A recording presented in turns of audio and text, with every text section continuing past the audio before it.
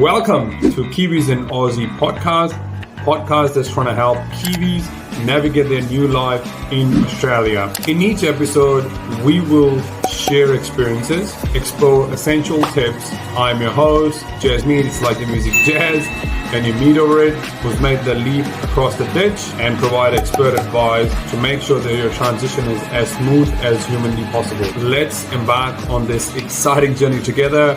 I wish you the absolute best. See you on the other side. Good evening, Bob. How are you, my friend? Good evening, Jaasmeet. I'm good, thank you. Yourself? I'm absolutely amazing, my friend. The time has come that you've been impatiently waiting. The series that you were waiting for and you've been waiting for. The property series is here, my friend. Your favorite topic in the freaking world.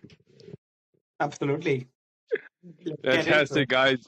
Hey, welcome to Kiwis Moving to Aussie podcast. This is the episode number 1 of our property series. The last episode, if you haven't heard, the podcast was on opening a bank account. So it was very appropriate for us to really kick into the property series, which Bob and I have been waiting for a long, long time impatiently. The first episode is about transferring your KiwiSaver to Australia is what we're going to be covering today, because obviously there's a lot of people out there who've got properties. There are some people who've got KiwiSaver as well. So today we're going to be focusing on KiwiSaver, how to transfer your KiwiSaver from New Zealand to Australia. So the first step, there are about 4 steps that we're going to be sharing today. The first step is you have to request the Trans-Tasman Portability form. And what you really need to do is you need to contact your KiwiSaver provider and request them to give you that form. That form is when you can actually start the process. Now, the step number 2 is, Bob. Yeah, submit your completed form. Fill out all the information that's required. But I guess, obviously choose your super provider here as well. In Australia, there is only a number of providers that can actually you can transfer KiwiSaver to Australian Super. So make sure you do the research, and Jaasmeet can share. I think Jaasmeet, you have the list of the providers that can take KiwiSaver to Australian Super, right? Absolutely, man. You've touched on a very important point, because what you want to do is you want to open the super in the right super, because there are only a list of few supers who would actually where you actually would be able to transfer your KiwiSaver to. So number 1 is AMG Super, which was previously M+. There's another one, Brighter Super, previously Energy Super, Clearview, which was previously Wealth Foundations, The First Super, Telstra Super, Verve Super, Vision Super. However, I do want to mention the fact that, guys, that First Super seems to be extremely popular with Kiwis, and they are liking First Super more than the other. I don't know why. By the way, this podcast is not funded by any of the super companies as well. Hey, but if you're listening, Mr. Super Company, we would love to get a bit of kick on this for sure. But again, we're not really we're recommending any, because I don't have super just yet, and I don't know which one is the best. But the general consensus is that First Super has been extremely, extremely popular. Now, I want to take you to step number 3, which is request a statement or a letter from your KiwiSaver. So once you've submitted your completed form, you have to request a letter from your KiwiSaver provider. Ask your provider to send you a letter containing the following information. This is very, very important, guys, so you want to make a note of it, or we will be creating a PDF for that. So first of all, your personal details. Make sure that you include your super number as well. So make sure you have opened your super in one of those supers that I mentioned, and then you mentioning that in well.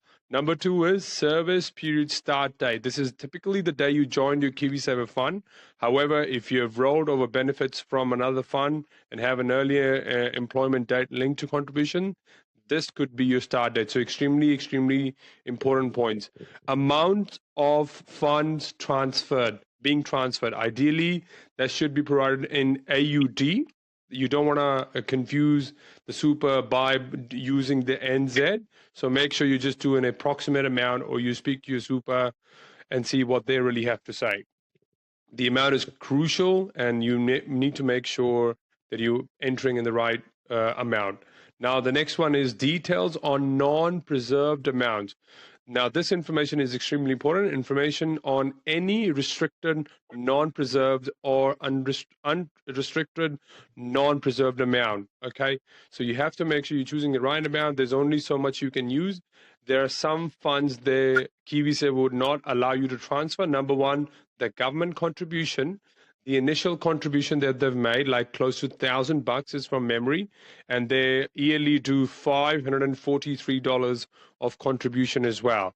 So that would not be considered as yours, and hence they would not transfer that money. Step number 4, Bob.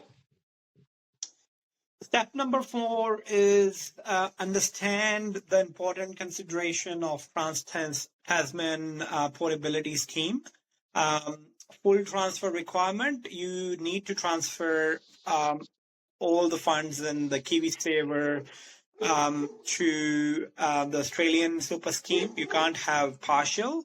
Then the exchange rate kicks in too as well. The exchange rate impact, the transfer amount is subject to the relevant exchange rate on the day. So because it changes quite often. Pretty much every day, yeah. Yeah, age over 60. If you are 65 or older, you must meet the Australian work test transfer to transfer your KiwiSaver funds. And there are some restrictions on transfer. You cannot transfer your KiwiSaver funds to a self-managed super fund. So, which is SMSF. That one is quite an interesting one. That's an interesting topic for sure. Yeah, so maybe, if you want to maybe quickly tell our audience what is SMSF, it's actually, I think it's quite a interesting one that people don't cover, but especially for investors or smart people, it's definitely a really good thing to know. When I came, I had no idea about the self-managed SMSF, yeah. But I still don't know 100%, but I think it's a really interesting one. That means you can put the funds in and manage it yourself. But yeah, do you want to maybe share really quickly? Yeah, absolutely. Absolutely. Yeah. So I'll just take a couple of minutes, guys, on SMSF. It's very, very important. So what you can do is, once you transfer your KiwiSaver, it cannot go to SMSF account. So now SMSF is a very interesting topic. SMSF is basically called Self-Managed Super Fund, wherein you have to set up a bare trust. It can only be set up by either an accountant or a financial planner. And now what you can do is, once you have, let's just say, a decent amount of money that you've transferred from KiwiSaver to your super, you can only use up to $15,000 each applicant to buy a first home. However, if you have some funds left after that, and let's just say you have a decent amount of KiwiSaver, you then can actually set up a self-managed super fund, right? Once you set that up, you can actually buy an investment property in that fund. So it is a very interesting way to buy more properties in Australia. Obviously, I'm not an expert, so I can't really give you advice on how to set up one. You have to make sure you meet either a financial planner or an accountant. Only those guys can set up a self-managed super fund. There is a decent sort of amount of fees involved when you set up one. It's about close to $4,500, $4,000 to $4,500 is what you get charged with when you're setting up a self-managed super fund. So get advice is nothing. We can't really help you. I'm just giving you some very general advice. Do you want to cover the last one, Bob, and we can move on? Yeah, the first home super saver scheme, which is FHSSS. If you plan to use the first home super saver scheme, which is kind of you can get some money. You need to contact the Australian Taxation Office, the ATO. Only ATO can determine whether your KiwiSaver funds can be used for this purpose. by saying that some of you might be eligible to get some funding like a first home grant as well. Yes. Again, check, there are some conditions, and when you're coming from New Zealand, it's the same rule for the country, but when you're coming to Aussie, every state is different. Every So state is depending different. Absolutely correct. which state you're going to. We are like, I'm based in Victoria. There are some different rules, and I know Queensland has different. Every state has different. So in Victoria, I can share that only the brand new home is eligible for the grant from the Australian government. But again, we are not financial advisors. Please do your own research.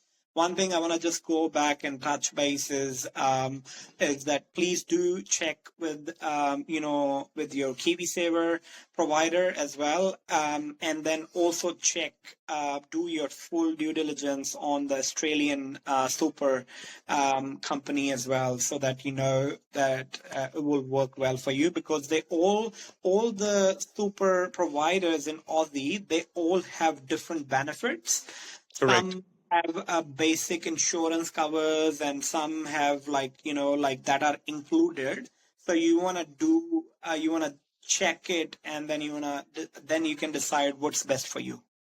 And one more very important thing that I want to quickly touch on is that your employer will actually advise you to set up to their default super, because every employer has a default super to choose from, but you can obviously talk to them and see if they will allow you to change it to one of the supers you can actually get the money transferred to. So you want to check that. I quickly want to mention the last step that you've mentioned, Bob, that the First Home Super Saver scheme from 1st of July of 2024, New Zealanders or Kiwis get the similar benefits, get the same sort of schemes that are applicable to them. So it's the same rights that you get as Kiwis as well. Right. So in conclusion, transferring your KiwiSaver is an extremely important time, and obviously you need the money to be able to buy the house, and you want to make sure that you're following the right step to get this money transferred soon. Also, there was another point that I want to quickly mention, is that we talked about the AUD and currency. I think wise.com has been extremely popular. Again, this is my personal sort of experience. You can use yours. This is something that has worked really well. Now, the next episode is obviously we're going to be helping you, really just talking about saving your money and how to buy your house in Australia. Thank you so much for tuning in to this episode, which is Kiwis moving into Aussie. And obviously, please don't forget to subscribe to the podcast, leave a review. We're looking forward to helping you to the next one and helping you buy a house as well. Until then, take care. Talk soon. Thank you, guys. Thanks, Bob. Thank you, man.